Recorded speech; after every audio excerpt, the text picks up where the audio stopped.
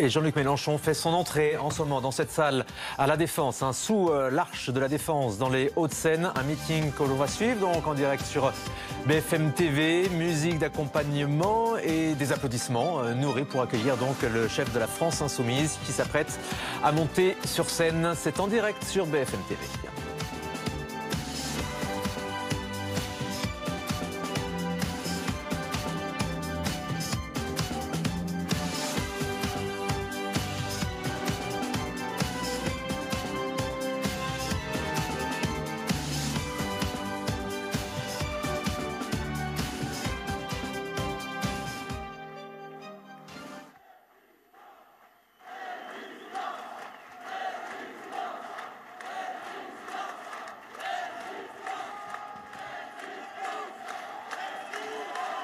Merci. Je vous en prie.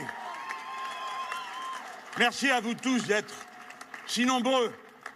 Et croyez que je reçois avec un bonheur incommensurable l'accueil que vous me faites.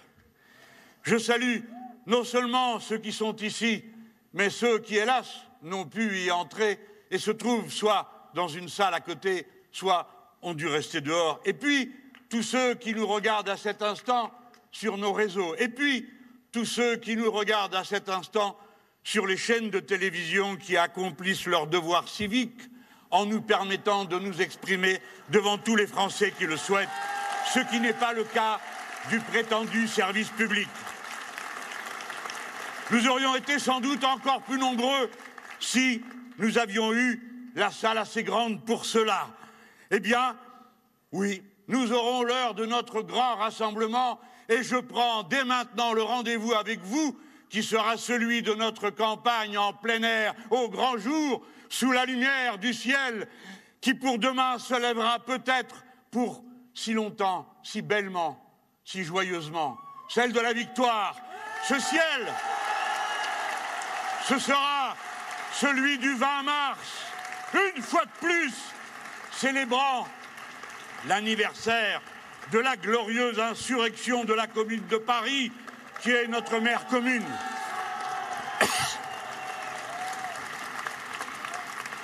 Que disent nos rassemblements? Eh bien que oui, nous avons besoin de faire une démonstration de force.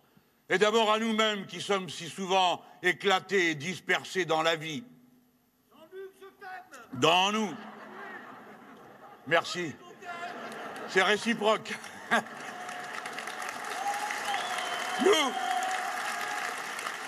qui avons besoin de puiser en nous-mêmes de la force, nous, qu'on voit de nouveau cohortes innombrables, après tant d'humiliations, tant de combats parfois perdus, mais toujours relevant la tête, toujours disposés au combat, toujours prêts au don pour les autres, pour la gloire de l'humanité universelle à laquelle nous ne cesserons jamais d'appartenir et de nous sentir en pleine osmose. Nous venons montrer au pays pour lui redonner du courage, alors qu'il est plongé dans l'obscurité de débats absurdes où l'on voudrait qu'ils se comptent l'un l'autre pour des affaires de religion ou de couleur de peau. Nous venons dire et proclamer une grande fois de plus, non, la France, ce n'est pas l'extrême droite. La France, c'est la sécurité sociale, c'est la santé publique, c'est l'émancipation, c'est l'école, c'est la recherche, c'est le partage. La France, fière d'être indépendante, la France qui ne veut plus être le bagage accompagné des guerres insensées des États-Unis d'Amérique. La France qui croit à la République, non pas pour sempiternellement parler des forces de l'ordre, mais pour sa devise, liberté, égalité, fraternité, à tout être humain. Ce message, ce n'est pas à cette salle que nous l'adressons, car nous en sommes tous convaincus. C'est au pays pour qu'il se ressaisisse et prenne courage en lui-même. À ce moment, que venons-nous faire? Installer le Parlement de l'Union populaire, qui est la démonstration par ces hommes, ces femmes, que c'est possible avec le meilleur de ce qu'incarne la patrie républicaine, scientifiques, syndicalistes, écrivains, acteurs, créateurs de toutes sortes. Voilà la France qui flamboie, crée, ouvre les chemins. Elle est capable d'incarner ce que nous lui proposons pour demain. Alors, oui, la France, à qui nous présentons notre carte d'identité. Au demeurant, dorénavant, le tableau est presque complet. Les trois familles sont là, les partisans du grand affolement à cause du grand remplacement, M. Zemmour, Mme Le Pen, M. Ciotti et quelques autres. Il y a les amis du grand démantèlement, à cause du grand rendement qu'il faut opérer dans la société. Et puis, alors ça c'est Macron, Pécresse, vous faites la liste que vous voulez. Et puis, vous avez les partisans du grand changement, à cause du grand épuisement des êtres humains et de la nature sous la pression du capitalisme financier qui est en train de détruire l'humanité, la biodiversité et la planète. Depuis hier, nous avons enfin un tableau complet puisque Mme Pécresse a surmonté et dominé ses 4 mauvais compères et elle a dit d'elle-même qu'elle était 1 tiers Thatcher, 2 tiers Merkel, ce qui ne laisse pas grand-chose de bon. Traduit en français, ça vous donne 2 tiers Macron, 1 tiers Zemmour. Son bilan, eh bien, il existe déjà, pour les jeunes gens qui ne le sauraient pas, notamment les 100 facs à Nanterre, qui ont appris que 40 étudiants qui ont le droit d'étudier ne peuvent pas s'intégrer à une communauté qui compte déjà 34 000 étudiants, vous voyez le débord que cela faisait, eh bien, elles peuvent aller dire merci à Mme Pécresse parce que c'est elle qui a inventé l'autonomie des universités comme ministre de M. Sarkozy. Elle a multiplié par 4 à la région Île-de-France les subventions à l'enseignement privé et divisé par 2 les crédits au logement social. Je vous en prie, réservez votre énergie, ça va durer 3 mois. Son programme est un festival réactionnaire, supprimer 150 000 fonctionnaires, amener la retraite à 65 ans, ce qui n'est pas très moderne, parce que ça la ramène au niveau où elle était quand on l'a créée en 1910, comme M. Macron. Elle propose 6 EPR, également comme M. Macron. Naturellement, l'un et l'autre savent comment les faire marcher, car le seul qu'on a commencé à construire a déjà 10 ans de retard, et personne ne sait le faire marcher. Mais eux si. D'ailleurs, la preuve, ils en veulent 6 autres. Et puis, comme si ça ne suffisait pas, mesdames et messieurs, cher Azedine, tu apprendras avec quelques autres ici, et beaucoup d'intérêt, que Mme Pécresse dit que lorsque l'on sanctionne quelqu'un par la voie de justice, il faudrait que ce soit plus sévère dans certains quartiers que dans d'autres. Autrement dit, votre adresse vaudrait circonstance accablante. Et comme elle prévoit, à mauvais sujet, que vous y résisteriez, elle n'hésite pas à penser que l'armée pourrait bien, après tout, participer à la répression qui s'impose. Quand j'ai proposé le blocage des prix, elle a dit « Ah, mais j'y suis hostile parce que je ne suis pas communiste. » Mais moi non plus. Et M. Rocard non plus, qui a bloqué les tarifs de l'essence, et même M. Macron, qui a bloqué le prix des masques, qu'on ne savait plus produire en France. Je lui propose le débat, parce que le débat est l'oxygène de la démocratie.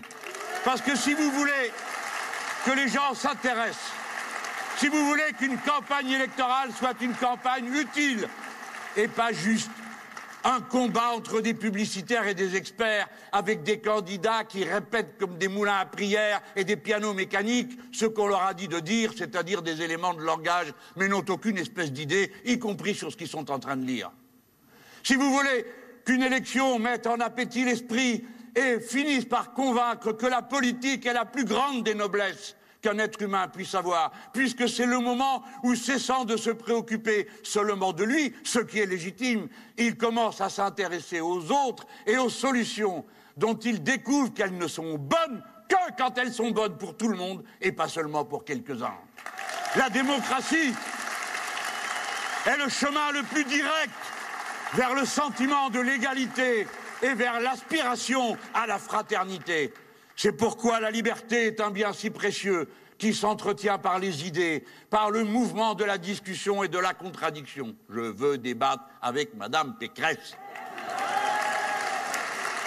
D'abord, parce que figurez-vous que c'est pas si fréquent, elle a de l'humour. J'ai dit qu'elle était Mad Dalton parce qu'elle avait réussi à venir à bout d'Avril Barnier et de Joe Ciotti.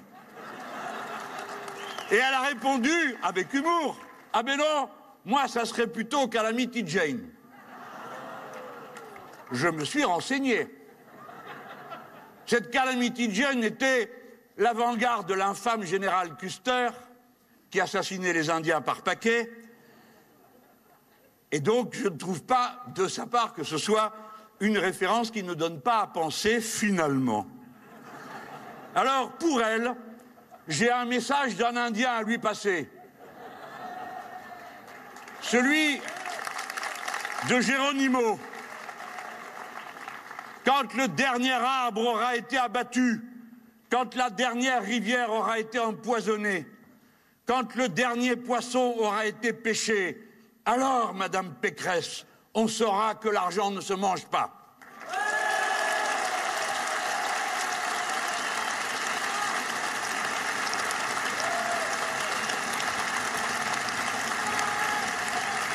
Avant ça, nous avons fait une découverte. On connaissait, vous le savez, on connaissait autrefois les ennemis du peuple. Dorénavant, nous découvrons les ennemis du genre humain. C'est M. Zemmour. Pour une raison, mais attendez, laissez-moi démontrer. M. Zemmour nie qu'il y a un genre humain. Il dit, à la suite d'un penseur qui en 1796 combattait les nôtres, qui prétendait que les êtres humains naissaient libres et égaux en droit, et qu'ils étaient semblables par leurs besoins, et du coup, dans le droit de chacun d'entre eux, à disposer des moyens d'accomplir ses besoins. Joseph de Maistre disait, comme Zemmour, « Il n'y a point d'hommes, d'êtres humains, dans le monde. J'ai vu dans ma vie des Français, des Italiens, des Russes, je sais même, dit-il, grâce à Montesquieu, qu'on peut être persan. Mais quant à l'homme, dit Joseph de Maistre, je déclare ne l'avoir jamais rencontré de ma vie. » Autrement dit, il n'y a pas une humanité universelle. Il n'y a pas l'universalisme comme horizon indépassable qui se présente devant nous et appelle nos efforts pour en réaliser les conditions. Car de l'universalisme auquel nous aspirons, en partant de la condition qui est la nôtre aujourd'hui, le chemin est long et entravé d'inégalités, de discrimination, de racisme, d'insupportabilité de l'un à l'égard de l'autre. C'est tout un chemin qu'il faut accomplir. Pouvons-nous avoir confiance dans ce chemin? Existe-t-il? Oui, la vie l'a démontré. Cela s'appelle la créolisation, comme nous l'a expliqué le poète Édouard Glissant. C'est-à-dire, non pas simplement le métissage qui vous fait aimer vos enfants par-dessus tout, quand bien même, et surtout peut-être, parce que c'est de votre couple qu'ils sont nés. La créolisation, c'est quelque chose qui représente le futur de l'humanité. Quels que nous soyons, quel que soit notre genre, quelle que soit notre couleur, quelle que soit notre religion, nous sommes appelés à un moment ou à un autre à aimer avec passion, parfois à détester avec furie, à nous asseoir à table avec ceux avec qui nous aimons nous trouver. Et alors commence ce moment magique où nos goûts deviennent communs, où nos pratiques deviennent semblables, et où nous sommes pleinement des êtres humains, sans que l'un domine l'autre, mais en ayant fait jaillir, comme le dit le poète, l'inattendu, cette surprise qui fait des Français le peuple dont le premier plat est le couscous. Et les plus gros mangeurs de pizza de toute l'Europe. Vous qui chantez ou qui écoutez du rap avec bonheur, vous connaissez ces mélanges de musique dont vous êtes dorénavant si friands et qui constituent pour une bonne part votre propre identité musicale, comme vous savez que chaque génération en a une. Eh bien, vous êtes dans la créolisation. La créolisation est l'avenir de l'humanité. C'est un bienfait. Ah, mais quand vous leur dites ça, Les voilà quasi horrifiés. Ah, monsieur Mélenchon, dit monsieur Zemmour, nous on pense au joli doudou. Ah, c'est pas malin d'avoir dit ça. Mais vous nous proposez la burqa pour tous, imbécile. C'est pas le sujet. La créolisation, c'est cette création commune, pas autre chose. Et oui, c'est l'avenir de l'humanité. Mais je note que la créolisation vous dérange moins quand vous voyez sur toutes les vitrines, un peu partout, tout écrit en anglais. Mais là, ça fait moderne. Vous préférez, en définitive, la créolisation maîtrisée par les États-Unis d'Amérique à celle fabriquée par l'immense communauté francophone forte aujourd'hui de 320 millions d'habitants, dont toute l'énergie est en Afrique et dans le Maghreb.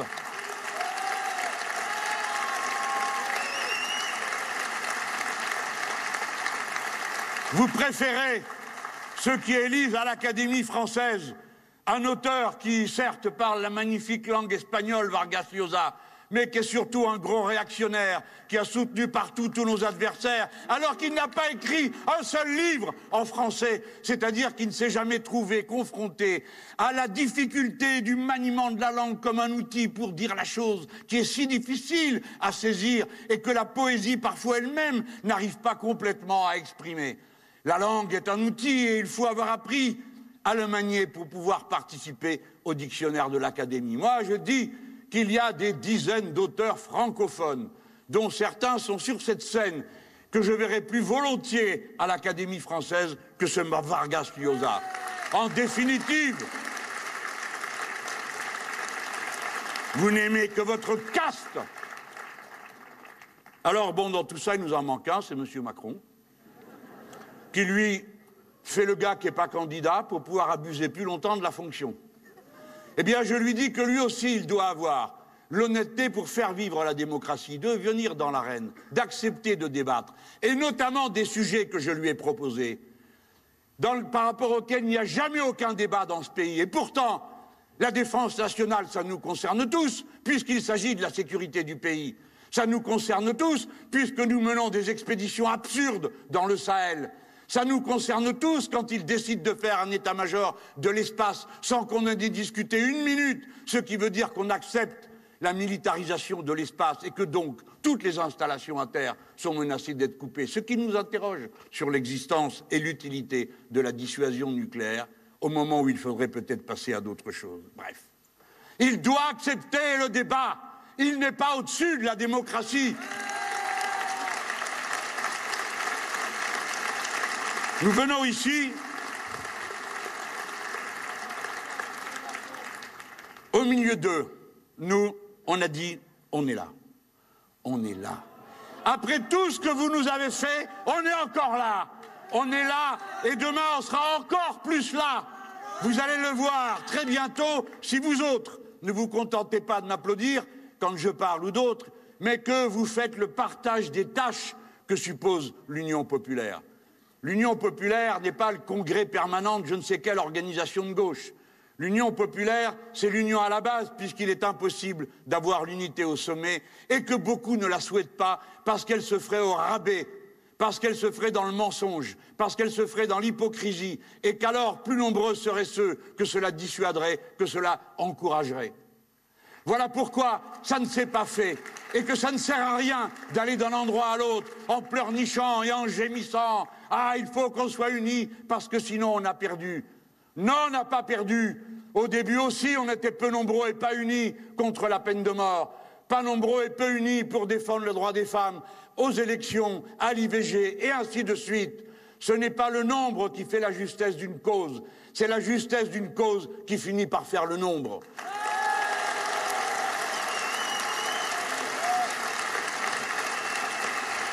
La stratégie de l'Union populaire vous dit que puisqu'il n'est pas possible de faire l'unité au sommet, alors faites l'union à la base, comme ceux-ci sont en train de le faire. Et ils en ont un instrument. Cet instrument, c'est un programme, c'est lui qui nous réunit, c'est notre force, c'est la prunelle de nos yeux, c'est l'avenir en commun. Après, pour le reste, chacun pense, vit, agit, convainc comme il l'entend. On peut être de toutes les origines politiques, de la gauche et même d'ailleurs. On peut être de tous les genres, de toutes les couleurs de peau, de toutes les religions, et avoir sa vision du monde à partir de là. Mais on a en commun un programme. Ce programme nous libère, ce programme rend notre parole plurielle possible, rend la diversité possible, parce que nous nous référons à lui et que c'est lui que nous déclarons comme un bien commun. Le programme est le centre, le cœur de l'identité de l'Union populaire. Alors après, bien sûr, que chacun d'entre nous s'interroge et se dise qu'il a une mission personnelle à accomplir, dont le mot m'est venu ce matin dans la réunion du Parlement. Quelqu'un a dit qu'il faut penser plutôt en termes de passerelles qu'en termes d'unité. Eh bien, quelles sont ces passerelles? Ces passerelles, c'est chacun d'entre nous. Comme l'a dit tout à l'heure Aurélie Trouvé, ici, vous êtes dans votre famille. Et dans votre famille, il y a de tout. Et on se prend comme on est. Parce que ce qui compte, c'est pas ce qu'on est, c'est ce qu'on va faire ensemble. Le futur, c'est pas ce qui va arriver, c'est ce qu'on va faire ensemble. Et alors, vous pouvez venir. Rejoignez nos forces. Assez de jérémiades, assez de pleurnicheries, assez d'hésitation. Au combat, à la conviction, à la main tendue aux autres.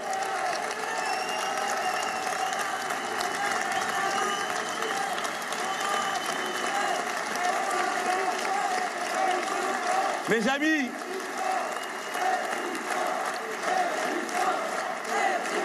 notre carte d'identité, c'est la rupture avec ce monde. Parce que il est temps de le faire. Il s'agit de passer d'un monde où au sommet de la hiérarchie des normes, c'est-à-dire au sommet de ce qui fait force de loi, au bout du bout, à tout instant. Il y a aujourd'hui la concurrence libre et non faussée, c'est-à-dire le saccage autorisé et encouragé de la nature, l'épuisement des êtres humains, leur anéantissement progressif dans des maladies sur lesquelles on ferme les yeux, comme le diabète, comme l'obésité, comme les maladies cardiovasculaires, qui toutes résultent de la malbouffe, qui elle-même est le produit d'une agriculture sauvage, qui elle-même est le produit d'une conception de l'organisation de la société où tout est marchandise et où le destin d'une marchandise, c'est de coûter moins cher. Coûter moins cher n'existe pas. Coûter moins cher coûte toujours à la nature ou aux êtres humains qui ont produit le moins cher. Coûter moins cher, c'est le saccage. Ah, mais si ça coûte plus cher, alors c'est qu'il faut se partager le moyen d'acquérir les biens d'une manière plus juste et stopper ce qui aujourd'hui est perçu comme un talent, une qualité en tout point admirable, au point que le chef de l'État le propose comme rêve pour la jeunesse. Être milliardaire, situation amorale, immorale, qui ne peut vouloir dire qu'une chose, avoir profité des autres. À cet ordre-là, nous voulons en substituer un autre, par le moyen du programme, par le chemin qu'ouvre le programme, par ses mesures concrètes, par ses plans qui vont être mis au point. Ce chemin, je l'ai décrit comme étant celui d'une société, de l'harmonie des êtres humains entre eux, où les uns ne dominent pas les autres, où les uns ne sont pas méprisés par les autres, où les uns ne se voient pas spoliés de tous les efforts qu'ils font par quelques autres. C'est l'harmonie entre les êtres humains. Et harmonie des êtres humains avec la nature. C'est-à-dire faire correspondre les cycles de la prédation humaine, de ce que nous prenons à la nature, avec les cycles de ce qu'elle est capable de reconstituer par elle-même. Et ce qui est vrai pour la relation de l'homme à la nature doit être vrai de l'être humain à l'être humain. Dans la relation, les cycles de la vie humaine avec les cycles de la production et de la société. Oui, il faut s'arrêter de travailler à 60 ans si l'on veut vivre plus vieux, plus longtemps et en meilleure santé.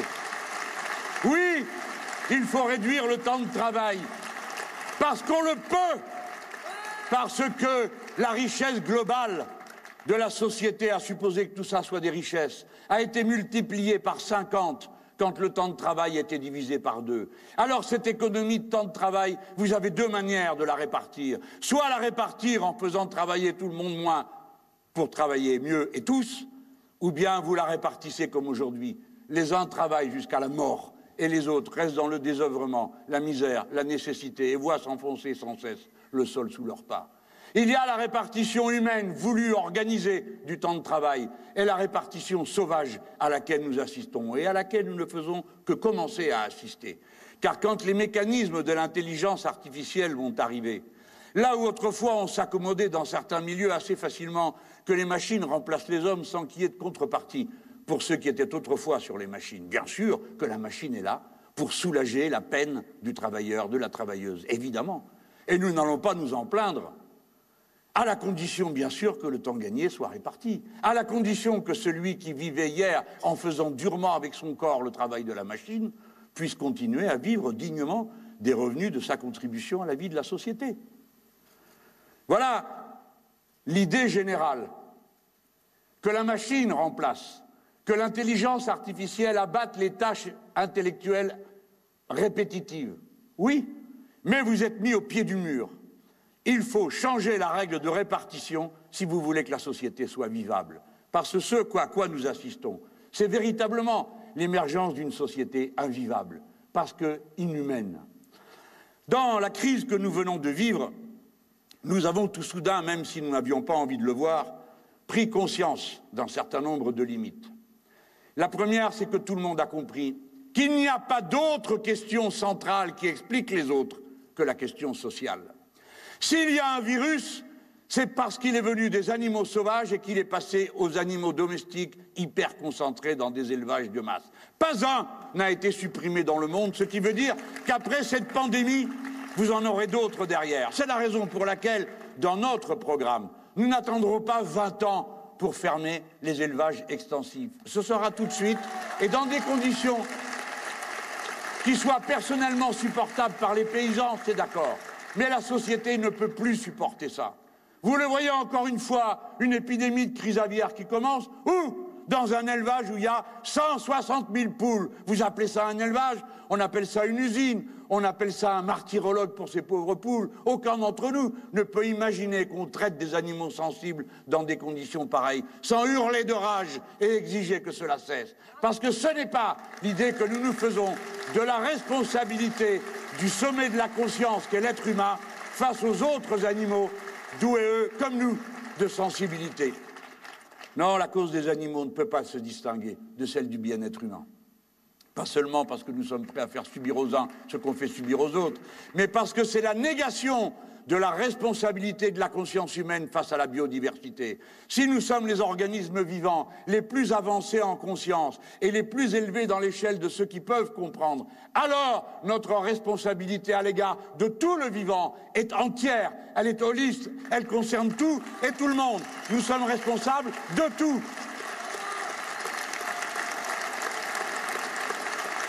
Vous avez tous compris ça. Mais apparemment pas eux. La COP26 est une catastrophe. Des paroles et encore des paroles. Si elle continue, et elle va continuer, nous aurons le réchauffement qui va faire disparaître environ 10 000 îles, Younous. C'est ça? Voilà. Ça veut dire que des milliers d'êtres humains n'auront même plus leur pays, il est sous l'eau. Et que nous-mêmes, nous allons être rattrapés par cette montée des eaux sur la centrale de Gravelines, sur la centrale du Blayais, c'est-à-dire sur des centrales nucléaires. Eh bien, non seulement ils ne font rien pour prévoir ce qui va arriver dans pas si longtemps que ça, et qui est totalement prévisible, mais ils veulent renforcer le nombre des installations nucléaires dans le pays, y compris celles qui ne savent pas faire marcher.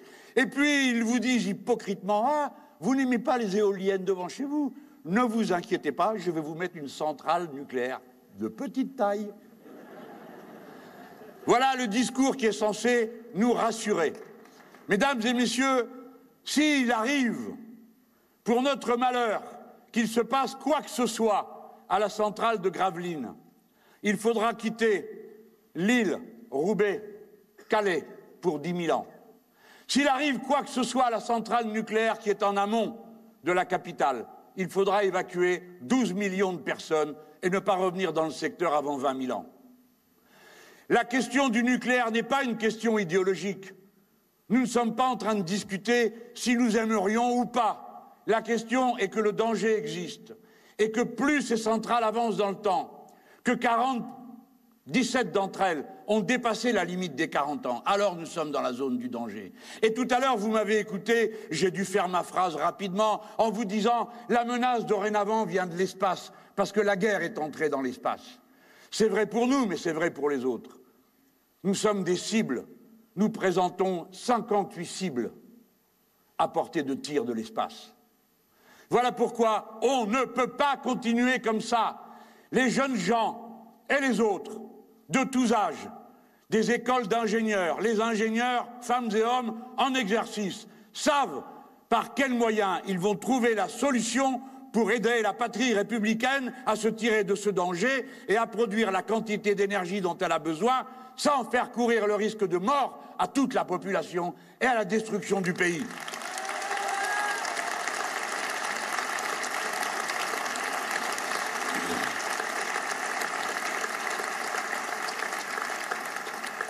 Je crois que pour l'horaire, je suis perdu. Ma montre me dit qu'il est 3h15, ça c'est pas possible. Et lui, il me dit qu'il est 30h. Bon. Non, ça veut dire 30 minutes. Très bien. Alors, voilà pour la rupture écologique. Voilà ce que j'ai voulu dire. Et je ne veux pas barguigner. Je ne veux pas tourner autour du pot. Si vous m'élisez, je ferai ça. Parce qu'il n'y a rien d'autre à faire que ça. Tout le reste est une folie. Mettre des petits réacteurs dans tout le pays, continuer ce modèle agricole qui commence par tuer les paysans eux-mêmes, qui sont les plus malades, les plus atteints par les pesticides qu'ils diffusent, et qui en sorte empoisonnent tout le monde. Ils ne le veulent pas. Il faut arrêter, rompre, passer à autre chose. Nous avons besoin de 200 000 paysans pour avoir une agriculture bio partout, qui fasse que dans toutes les collectivités, toutes les cantines soient bio, pour que les enfants du peuple, comme ceux du sommet de la société, puissent manger de la même manière, d'une manière saine, qui ne compromette pas leur santé pour le futur. Et pourtant, ils viennent de revoter la politique agricole commune, qui est une calamité pour le modèle agricole que nous voulons. Ils continuent, rien ne les arrête. Voyez-vous, ce que je crois être la leçon la plus importante de ce que nous avons sous les yeux, c'est que ce système est devenu dangereux pour une raison à laquelle nous n'avions pas pensé dans le passé. Ce système est incapable de se corriger, même devant le danger de mort. Autrefois, on disait de l'URSS qu'elle était incapable de corriger ses erreurs, nonobstant ce qu'elle apportait à sa population, parce qu'elle n'avait pas de démocratie. Et que, ce qui est vrai, comme il n'y en avait pas, alors c'était difficile pour les bureaucrates de toutes sortes de se corriger eux-mêmes. Et ma foi, chacun pensait qu'il continuait ce qu'il faisait, puis que c'était l'autre qui devait s'arranger avec les problèmes. C'est vrai. Et ce système est mort de ça, de l'impossibilité pour le peuple de s'impliquer dans son destin commun, dans les nouvelles conditions économiques qui étaient celles particulières du système socialiste. Mais dorénavant, le capitalisme, que fait-il? Pire. Non seulement il n'est pas capable de se corriger parce qu'il veut prolonger ce qui est, pour que chaque bureaucratie, chaque caste continue à accumuler. Mais ce qui est pire, c'est qu'ils font de l'argent, beaucoup d'argent, avec les conséquences des catastrophes qu'ils déclenchent. Autrement dit, il y a une crise sanitaire qui désorganise le commerce mondial, désorganise la production, désorganise les échanges, mais de tout ça, ils font de l'argent parce qu'ils ont continué à s'enrichir pendant la crise sanitaire. Et ceux-là même qui prétendaient y apporter une réponse par un vaccin ont réalisé sur la base de la diffusion de la maladie des profits absolument considérables, appropriés d'une façon privée, qui ne retourneront jamais dans la recherche médicale et pharmaceutique. Savez-vous que les 3 grosses entreprises qui vaccinent ou qui proposent des vaccins accumulent chaque seconde $1000 de profit? Comment voulez-vous qu'un système qui profite si heureusement des dégâts qu'il occasionne par le biais des zoonoses s'arrête de le faire? Pourquoi s'arrêterait-il? Ils savent comme nous qu'en maintenant les élevages hyper intensifs, d'autres pandémies sont à l'œuvre. Je ne veux pas vous faire peur, mais des virus qui sont chez les animaux sauvages transmissibles après mutation par des animaux domestiques parqués dans les systèmes que je vous ai décrits, il y en a. Je préfère pas vous dire le chiffre, sinon vous allez vous trouver mal. Nous allons donc vivre dans l'ère de la pandémie permanente aussi longtemps que nous ne mettrons pas un terme à la cause des pandémies. Mais réfléchissez encore plus profondément. Voyez, ils ont provoqué le désastre, mais ils auraient pu l'empêcher d'une certaine manière. Peut-être que vous ne le savez pas, mais Sanofi, qui était autrefois l'orgueil de l'industrie pharmaceutique française, étant la partie chimique qui était liée à une très grande entreprise nationalisée et privatisée pour le bonheur de tous, comme chacun le sait depuis. Cette entreprise a renoncé à analyser la famille des coronavirus en 2004. Il y avait des chercheurs qui travaillaient là-dessus. Ah là, vous travaillez là-dessus, qu'est-ce que vous cherchez, vous ne savez même pas quoi. Et puis qu'est-ce que vous allez trouver, on ne sait pas quoi. Vous n'avez pas une petite molécule pour empêcher les cheveux blancs de ne pas devenir jaunes quand on les lave? Ça prend moins de temps et c'est plus sûr, il y a plus de clientèle. Ils ont donc décidé en 2004 de cesser d'étudier les coronavirus parce que ça prenait trop de temps à faire entrer quelques produits que ce soit sur le marché. C'est donc le capitalisme qui n'a pas pris et qui a été empêché de laisser se développer les solutions avant que les problèmes que le capitalisme crée ne surgissent. Et c'est encore lui qui est incapable de trouver la solution après l'avoir déclenchée. Donc oui, c'est vrai, notre régime, ce dont le programme L'Avenir en commun est l'outil, c'est un programme de transition d'une société dominée par l'argent, l'exploitation des êtres humains entre eux et de la nature sans limite, à une autre société que nous ne savons pas nommer à cet instant, dont j'ai parlé tout à l'heure en parlant d'harmonie, mais qui, par la planification écologique, mais qui, par la règle verte, mais qui, par la réduction du temps de travail, est forcément une autre société. Laissons à la génération qui prendra la suite de nos travaux après que nous ayons appliqué le programme L'Avenir en commun, le soin d'inventer ce que sera cette suite.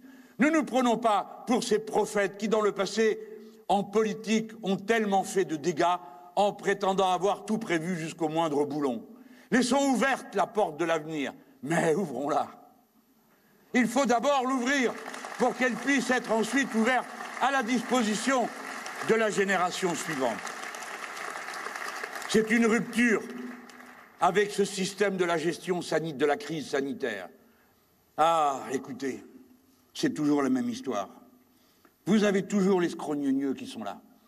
Chaque fois qu'on prend une décision autoritaire, ah, c'est bien, bon, il faut faire comme ci, il faut faire comme ça, et puis vite, s'il vous plaît, dans le Conseil de défense, comme ça on ne discute pas, on ne réfléchit pas, on n'a pas le temps. Ils ne savent pas qu'ils sont les héritiers lointains de ces criminels qui corressus aux nôtres, l'arme au poing en criant « Ah ben l'intelligence, vive la mort ». Ceux qui ne croient pas à la démocratie, ceux qui ont peur du débat, ceux qui ont peur de la durée du débat, sont ceux qui ne croient tout simplement pas à la communauté humaine. Parce que la communauté humaine, depuis qu'elle existe, elle est faite de ça, d'échanges, de mélanges, de discussions, d'engueulades. Et à la fin, ça la conduit au seuil de la sagesse.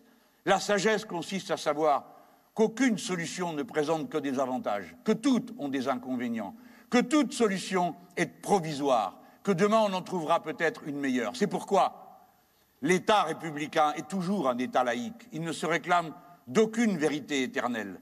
Il accepte la relativité du moment. Il accepte l'humilité de la décision incomplète ou mal pensée.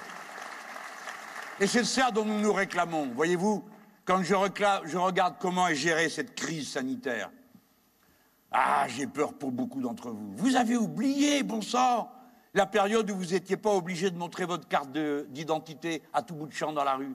Autrefois, ce n'était pas permis. Il y avait des zones où on disait « vous n'avez pas le droit de la réclamer plus loin ». On ne peut pas faire de contrôle d'identité à plus de 100 mètres d'une gare. Je me rappelle, j'étais là. Après, ça a été 200 mètres. Et puis maintenant, c'est partout. Et petit à petit, s'installe une société du contrôle permanent de tout le monde. C'est tellement vrai qu'on continue à me dire « ah, le pass sanitaire, c'est une mesure plus dure ». Non, c'est une mesure plus stupide. Ce n'est pas pareil. Pourquoi ? C'est un pass sanitaire, hein. Mais pourquoi? Parce que ça vous fait croire que vous n'êtes plus en danger. Parce que pour l'avoir, vous avez été vous faire vacciner, ce que pour ma part je trouve raisonnable puisque je l'ai fait. Pour moi-même, pour diminuer le risque, mais je ne suis pas fou. Je sais très bien que pour autant, je peux contaminer d'autres personnes et je peux moi-même être contaminé. Mais pourtant, cette espèce de passe-partout est demandée partout. Vous allez voir un coup, passe sanitaire. Un plat de couscous, passe sanitaire. Tu vas regarder une expo, passe sanitaire. Tu montes dans le train, passe sanitaire. Tu descends du train, passe sanitaire. C'est là que tu ramènes les microbes. Et ainsi de suite. Avec ordre, contre-ordre, en fonction de ce que les têtes d'œufs ont trouvé dans leur bureau. Un seul élève, on ferme toute la classe. Une seule classe, on ferme toute l'école. Il y en a un qui vient, qui dit « Attends, il n'y a plus personne. » Ah bon? Non, on a changé d'avis. Finalement, personne ne part. Le masque, ça sert à rien. Oui, ça sert à quelque chose. Non, ça sert à rien. Les tests, ça sert à rien. Oui, ça sert à quelque chose. Non, ça sert à rien. J'en profite pour que cette réunion soit utile à faire entendre un message.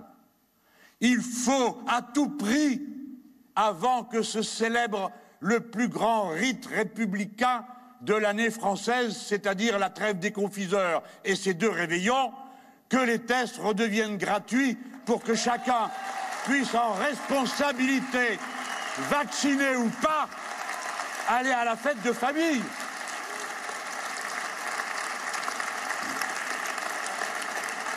Mes amis, ne craignez pas de paraître trop rebelles. Ceux que vous avez en face de vous sont des menteurs et des hypocrites. Chaque fois que je vais quelque part, on me dit « Monsieur Mélenchon, pourquoi ne dites-vous pas ouvertement qu'il faut être vacciné? Pourquoi ne faites-vous pas ci, ne faites-vous pas ça ?» Et vous avez les successeurs de Torquemada, cette cléricature qui est là pour vous dire ce que vous devez faire et ne pas faire, et comment vous devez vous comporter pour leur plaire, qui est là sur votre dos. Mais les mêmes, quand vous leur dites « mais je suis vacciné, foutez-moi la paix », je l'ai dit à la tribune de l'Assemblée, qu'est-ce que je peux faire de mieux? Mais par contre, moi, je demande avec mes camarades dans le monde entier qu'il y ait libre accès au vaccin pour que tout le monde puisse être vacciné. Et alors, où vous êtes là, à ce moment-là? Où vous êtes? Vous êtes avec moi, avec Lula, ou bien avec les autres, avec M. Macron, pour dire qu'ils ne permettront pas que les brevets soient levés? Tant et si bien que, comme l'a excellemment dit le directeur de l'Organisation mondiale de la santé, il n'y a pas besoin d'être un aigle pour comprendre qu'on ne combat pas un incendie à moitié.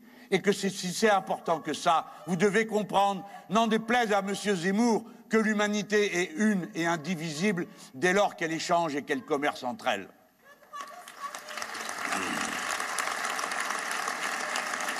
Moi, je ne suis pas venu ici entretenir entre nous des querelles sans fin. Surtout celles sur lesquelles, après tout, pourquoi serais-je obligé de donner un avis? Depuis quand? Parce qu'on est un responsable politique, on devient premier prix Nobel de médecine en virologie, spécialisé dans tous les problèmes, ce n'est pas vrai. Je dis seulement ce qui me paraît raisonnable, ce qui me paraît cohérent à un moment de la lutte et ce qui peut nous rassembler, parce que c'est raisonnable et cohérent, et parce que moi, je ne me moque pas de vous. Je ne suis pas en train de vous dire des choses qui changent d'une semaine à l'autre, et je vous montre à chaque fois qu'on peut faire autrement. On y a réfléchi. J'ai eu le bonheur de naître dans le Maghreb.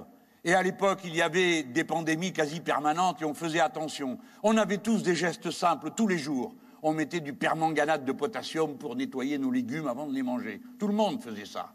Les gestes barrières, on en faisait. Eh bien, il faudra vivre avec des gestes barrières. Il faudra vivre en faisant attention. Mais pas en transformant toute la société en une immense caserne contrôlée sans arrêt par une petite poignée de donneurs de leçons inefficaces et ineptes. Ceux qui ont fait un fichier général des Français devaient s'expliquer. La CNIL leur a demandé à quoi bon. Pourquoi faisait-il ce fichier? La CNIL, c'est la commission nationale qui s'occupe des fichiers. Oui, parce que dans ce pays, c'est encore pas permis de faire ce qu'on veut comme on veut et de croiser les fichiers. Heureusement. La CNIL a demandé une première fois. Les autres se sont dit, la CNIL, on s'en fout. Comme le Parlement, on s'en fout, c'est pas pour s'occuper de la CNIL. Eh ben, qu'est-ce qu'elle dit, la CNIL? Voyez notre conseil de défense. Ah ben, c'est secret défense, donc personne ne parle. Voilà. Le problème est réglé. La CNIL a demandé 2 fois. Eh bien maintenant, c'est mon tour de les mettre au pied du mur. C'est votre tour. Alors, vous nous avez tous fait passer par la case passe sanitaire. On l'a fait, on n'est pas toujours content, mais on l'a fait. Eh bien maintenant, montrez-nous que ça a servi à quelque chose. Puisque c'est ce que vous demande la CNIL. Pas moi, Mélenchon, pas vous, la CNIL. Donc une organisation que vous devez respecter. La rupture avec la gestion de la crise sanitaire rend encore plus nécessaire que jamais le renouveau démocratique auquel nous aspirons. Voyez-vous, après tout ce qui s'est passé, la crise sanitaire, ce que je viens de dire, cette catastrophe des mois durant à parler de sécurité, d'immigration, de religion, qui sont des problèmes complètement secondaires, au lieu de parler des problèmes essentiels. Ça fait 10 ans que ça dure. À toutes les élections, on se tape les cases que je viens de nommer. Et pour quel résultat? Ils ont voté 50 lois sur ces 3 sujets. 50 lois, c'est-à-dire une tous les 7 mois. Et vous avez remarqué, comme ça va beaucoup mieux depuis, c'est un cataplasme sur une jambe de bois. Ce n'est pas là que se trouvent les problèmes. Et vous avez besoin maintenant de réconcilier le peuple français avec lui-même, non pas par des bons sentiments et des bonnes phrases, mais d'une manière active, concrète, en promulguant une nouvelle constitution dont le peuple sera l'auteur, et non pas je ne sais qui.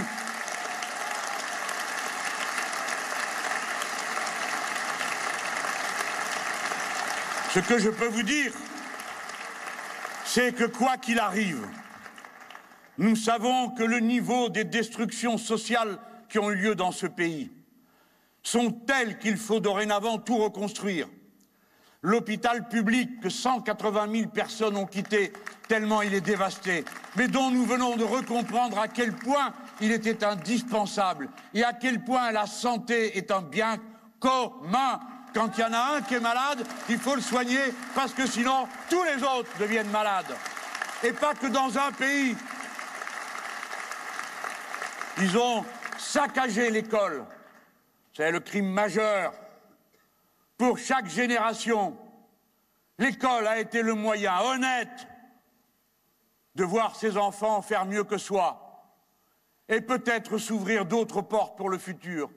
Et quelle fierté pour l'enfant qui a bien travaillé ou essayé de le faire et qui revient à la maison avec le diplôme, chargeant d'orgueil et de fierté toute la famille, ici et au bled, comme moi, quand j'ai été le premier bachelier de ma famille. L'école, c'est la noblesse de robe de chacun d'entre nous. C'est l'école qui nous rend meilleurs. C'est l'école qui nous permet de nous émanciper, c'est-à-dire de nous libérer du pire de tout, les préjugés, le racisme, mais aussi l'ignorance qui vous enferme, l'ignorance dont il faut libérer le plus grand nombre possible. Ignorance qui vous tient enfermé et parfois honteux parce que vous la connaissez.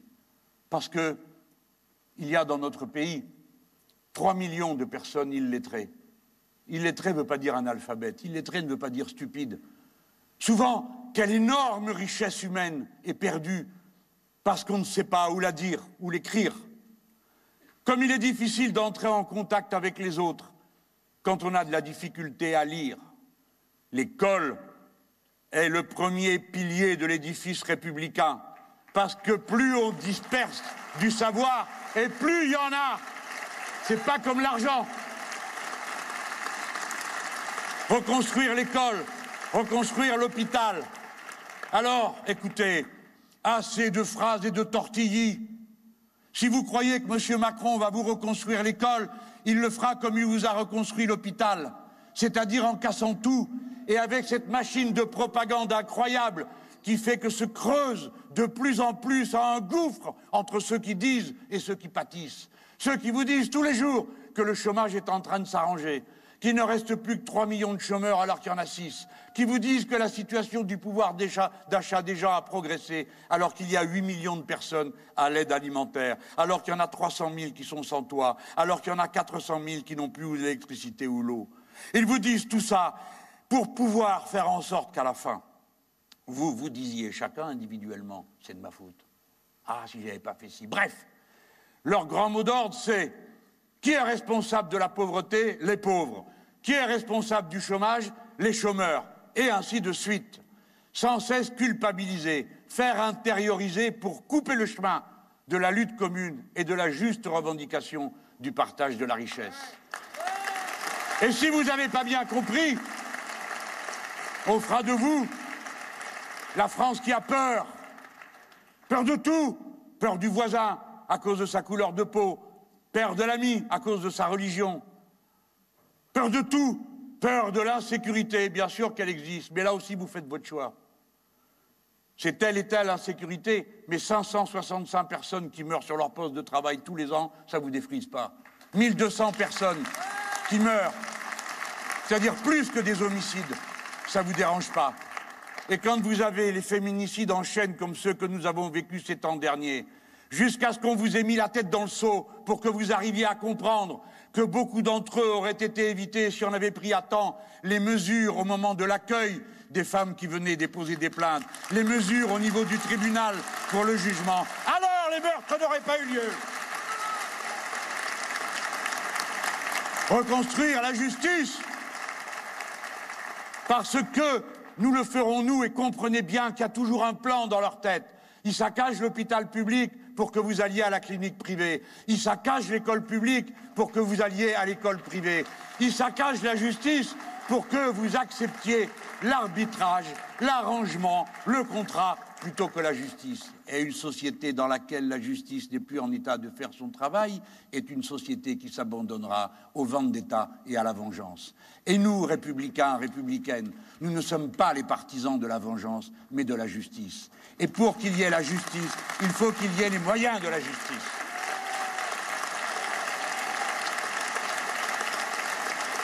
Vous êtes prévenus. Si je suis élu, il y aura une loi d'urgence sociale. Ceux qui ont beaucoup gagné pendant la crise devront beaucoup payer pour la réparer.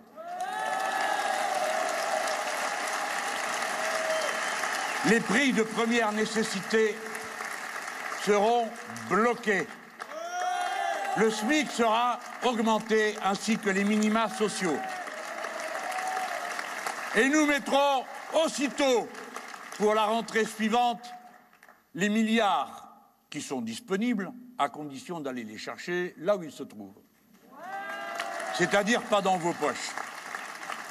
Nous avons besoin, pour régler le plus grand de tous les défis, auxquels aucune autre génération n'a été confrontée avant nous, qui est celui de la précipitation de la crise climatique et de ses conséquences. Aucune génération avant nous n'a eu un problème comme celui-là à régler. Il faut faire vite pour prendre les mesures qui nous permettent de faire face. Pour ça, nous avons besoin de femmes et d'hommes, ouvriers hautement qualifiés, capables de produire les machines, de les entretenir, de les réparer, de les inventer, de les rénover, de les adapter. C'est la raison pour laquelle nous devons produire par centaines les femmes et hommes ingénieurs capables de faire ce travail, par milliers les ouvriers hautement qualifiés, bacheliers professionnels, brevets de techniciens supérieurs, DUT, c'est-à-dire toute cette branche que l'élite économique et intellectuelle de cette société méprise à plein gosier parce qu'elle ne la connaît pas, parce qu'elle ne sait pas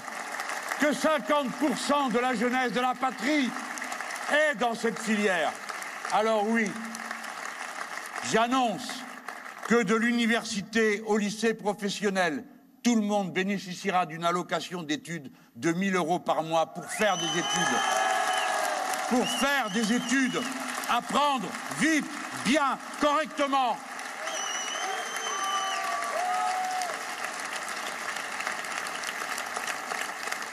Je vous ai dit que ce système était incapable de se corriger. Et c'est pourquoi je n'ai pas voulu tourner autour du pot.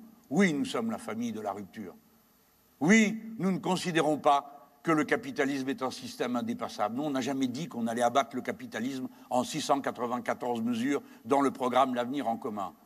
Mais ce qui va changer du tout au tout, c'est la direction dans laquelle on va. Pour aujourd'hui, vous allez dans la direction de l'école privée, vous allez dans la direction de l'hôpital privé, vous allez dans la direction de la justice privée, vous allez dans la direction du saccage de la planète. Tout sera privé, et alors vous serez privé de tout, comme le slogan a raison de le dire. La direction qui va changer, c'est priorité à l'intérêt général humain. priorité à la paix, priorité au développement des intelligences, parce que nous faisons par-dessus tout le choix de l'intelligence. Et moi, je ne suis pas là bondissant sur la scène à vous dire l'innovation, il faut réindustrialiser, blabli, blabla. C'est pas ça le sujet. C'est comme l'agriculture. Nous, il n'y aura plus de ministère de l'Agriculture. Il y aura un ministre de la production alimentaire, voyez-vous? C'est-à-dire quelqu'un qui s'occupera de faire en sorte qu'on ait dans nos assiettes ce dont on a besoin et que ce soit de bonne qualité. Eh bien, de même, on ne va pas dire il faut réindustrialiser. Non, ce n'est pas le sujet. Nous allons gouverner à partir des besoins. Non pas à partir de la marchandise moins chère, mais à partir de ce dont ont besoin nos contemporains, ce dont a besoin la nature pour que nous la traitions avec assez de respect pour qu'elle continue à supporter notre existence et notre écosystème. Gouverner à partir des besoins. Gouverner à partir des besoins, c'est tout changer. Et voilà le chemin sur lequel vous vous trouverez. Sans doute, pour ma part, et quelques autres dans cette salle, n'en verrons-nous peut-être pas tout à fait le bout. Mais si après qu'on ait bien travaillé, nous, la jeune génération s'en occupe encore plus sérieusement et encore plus vigoureusement, peut-être que nous aurons le temps de voir tout ça à bonne distance et dans de bonnes conditions, car maintenant, il faut faire vite. Voyez-vous, l'harmonie dont j'ai parlé tout à l'heure, qu'est-ce que ça peut bien être? J'ai des amis qui sont assez intransigeants avec moi, ils ont raison, mais pas trop, hein, et qui me disent « ton truc de l'harmonie, qu'est-ce que tu fais des intérêts qui se combattent ?» Bonne question. Est-ce que, Mélenchon, tu nous proposes, avec tes camarades, là, un monde idéal où tout le monde s'aimerait et partagerait sans qu'on ait besoin de lui tordre les bras? Alors non, ce n'est pas ça que je dis. L'harmonie avec la nature, vous l'avez compris tout à l'heure, les cycles de la prédation dans le cadre des cycles de la nature. L'harmonie des cycles humains, vous avez tous compris, c'est une affaire de conditions de travail, de durée du travail et de rémunération du travail. Mais l'harmonie à laquelle nous pensons plus profondément, je cherchais une image, je cherchais un exemple. C'est pas facile, que pour chaque discours, il faut trouver des exemples. On a cherché, alors on avait trouvé Victor Hugo. Bon, Victor Hugo, d'accord, enfin, pas vraiment un socialiste, hein. Non, mais on l'aime beaucoup, on le cite sans arrêt, bon. Et on a trouvé finalement une parole de femme. Louise Michel.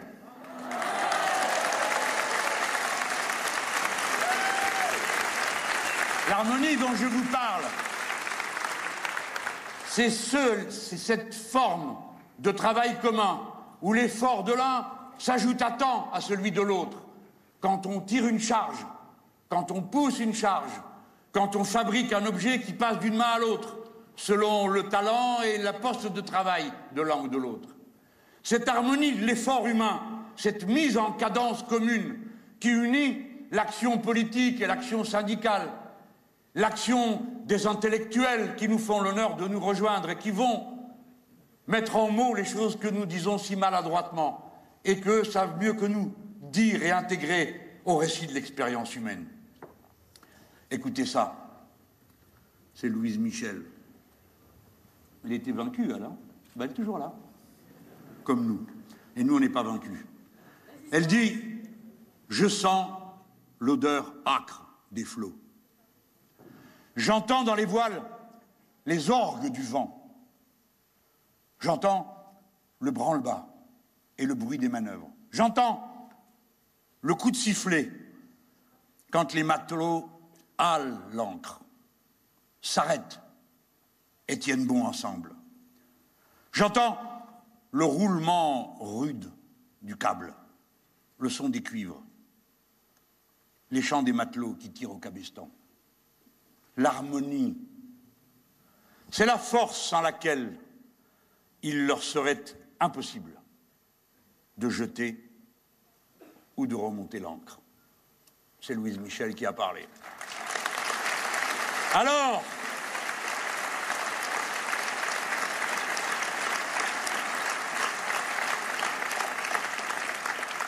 vous allez participer Maintenant, après cette course de fond qui a commencé il y a 1 an, avec la déclaration de ma candidature et le renfort aussitôt arrivé de 260 000 parrainages de citoyens, dans l'attente des 500 élus dont j'ai besoin pour que notre programme puisse participer à l'élection présidentielle, à une course de vitesse.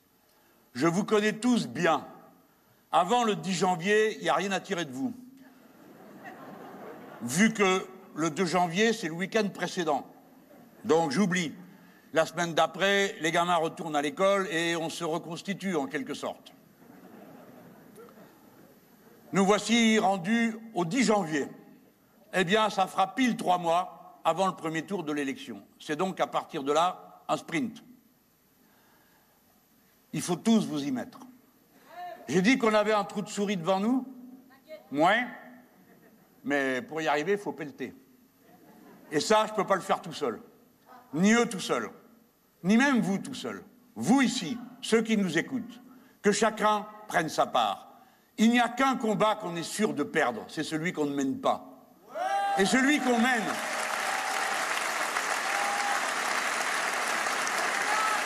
vous ouvrira des portes inouïes. Vous le découvrirez en cours de route, le nombre de ceux qui, dans le monde, sur d'autres continents, attendent de nous. Parce que pour eux, la France, ça ne sera jamais Le Pen, Zemmour, Macron. La France, pour eux, ça sera toujours Victor Hugo. Ça sera toujours la devise de la République. Et ça sera toujours nous, parce qu'ils nous connaissent, ils nous regardent, ils nous suivent, ils savent qui nous sommes. Et ils savent que si nous faisons rompre la chaîne du capitalisme mondialisé en France, alors elle craquera partout ailleurs. Voilà pourquoi ils déferlent contre moi cette haine que je vois partout, ces mépris.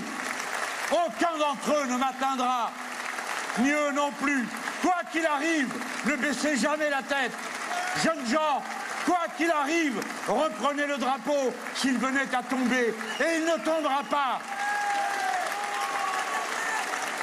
Et vous tous, vive la République, vive la France et surtout, vive la République, parce que sans elle, il n'y a pas de France possible.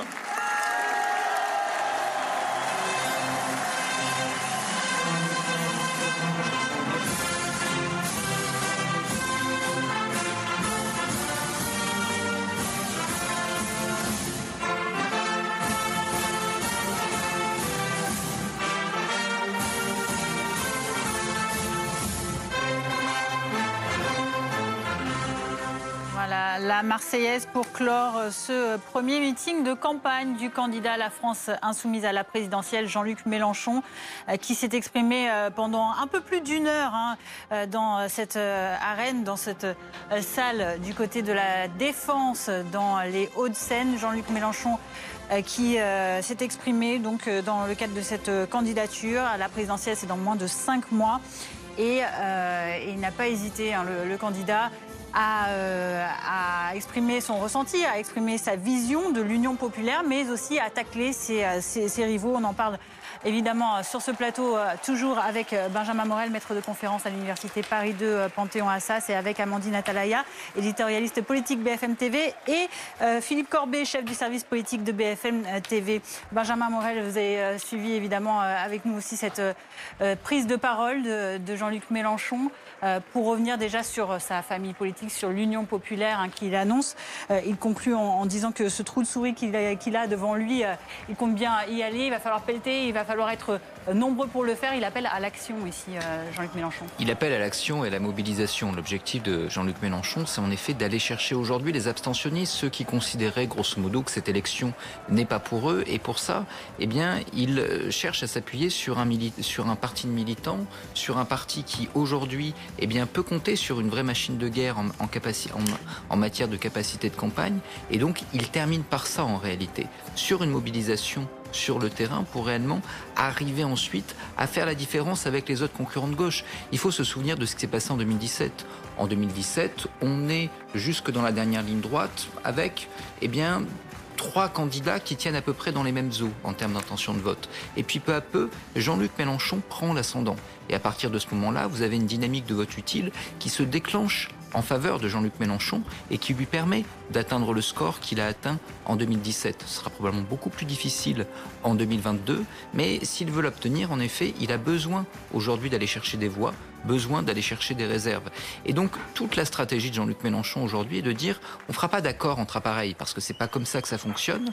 Pour arriver réellement à mobiliser, il faut que vous alliez chercher vos voisins, les gens que vous connaissez, et il faut que sur le terrain, eh bien, l'union se fasse justement par la base, d'où cette idée de parlement à côté du candidat, d'où l'idée également que, eh bien, il s'agit beaucoup plus de faire l'unité, non pas des barons, mais des programmes. Évidemment, ensuite, il s'agit de convaincre, il s'agit de mobiliser, et là, il y a très loin de la coupe aux lèvres. Philippe Corbet, ses adversaires sont désignés. Jean-Luc Mélenchon, il attaquait Valérie Pécresse, Éric Zemmour évidemment, Emmanuel Macron, tous en ont pris pour leur grade. On peut noter qu'au passage, il n'évoque pas ou à peine ses adversaires de gauche, Anne Hidalgo, Yannick Jadot. Il se place déjà d'emblée, enfin c'est ce qu'il essaye de montrer, comme le leader de la gauche, comme celui qui mène le combat depuis la gauche contre la droite.